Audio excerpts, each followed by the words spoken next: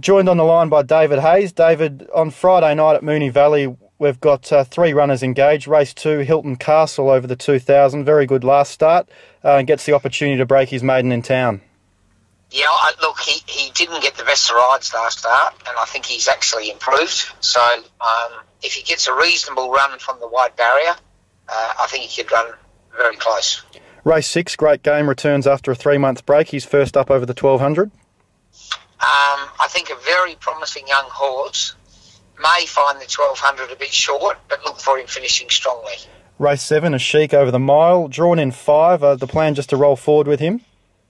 Yeah, look, he's been getting back in his races, and I think he runs his best races from the front. So I'm going to instruct the jockey to charge forward, and hopefully he'll be a lot more competitive.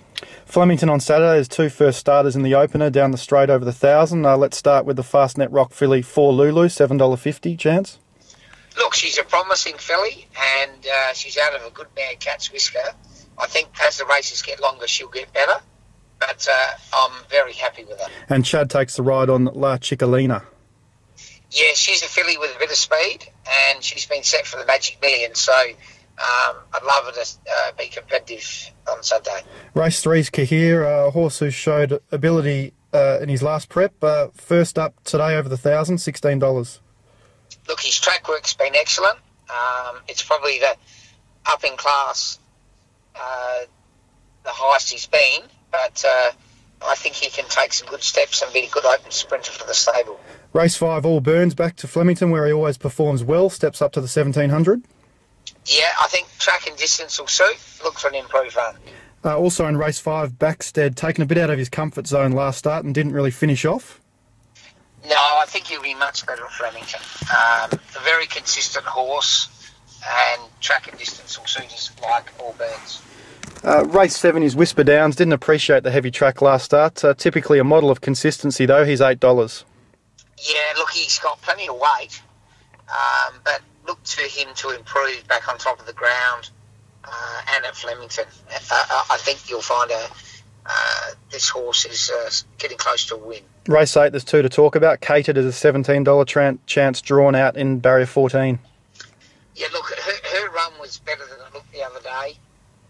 That she got back in a tempo race. I think the outside barrier will suit her. She could sit back and come to the outside and run on. She's much better than a 17-1 chance. Churchill Dance is a $15 shot in that race. Yeah, I probably can see him sitting right on the pace, giving a good kick, and there's a good each way chance. First time he hasn't got top weight too, so come to him better at the weights. Over to Morfettville in race 3, we've got Star Renzo. Wasn't beaten first up very far and should appreciate the 1200 second up here. Yeah, I think he's ready to fire. Looks well placed there.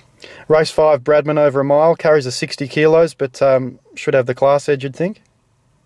Yes, I think he probably deserves to have the weight in a race like that. And just the last start, I thought it was a pretty good run considering the track was so heavy. How about Poitier in race 7 over the 1050? He'll need a bit of luck from barrier 12, but normally sprints very well fresh. So a few runners across Friday and Saturday, David. Can you pinpoint a best?